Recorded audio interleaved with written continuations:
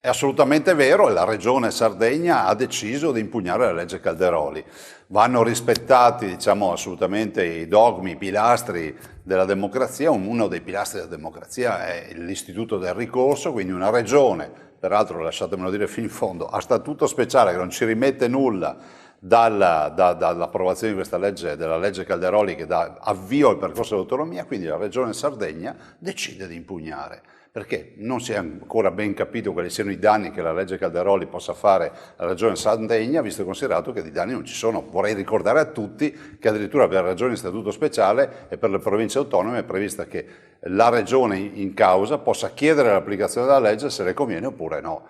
Detto questo, noi rispettiamo i ricorsi, siamo vicini al popolo sardo. Io mi sono sempre battuto perché le autonomie delle due province autonome di Trento e Bolzano, delle regioni in statuto speciale, siano difese, perché comunque è un presidio di libertà. Del resto vorrei anche ricordare, una regione come la Sardegna vive anche il tema dell'insularità e quindi dei collegamenti, di molti disagi, quindi sono veramente convinto che serva l'autonomia a questa regione. Certo è che se si fa ricorso, io penso che il governo non ha bisogno di avvocati difensori, si difenderà avanti la Corte Costituzionale, ma il Veneto pensa di essere assolutamente danneggiato dal fatto che qualcuno vada a fare ricorso contro una legge che permetterebbe a noi di avviare un progetto di autonomia. E quindi noi diciamo a tutti che la loro libertà finisce dove inizia la nostra e la nostra libertà vogliamo che sia rispettata. Quindi ci presenteremo in Corte Costituzionale ad opporci al ricorso della Sardegna.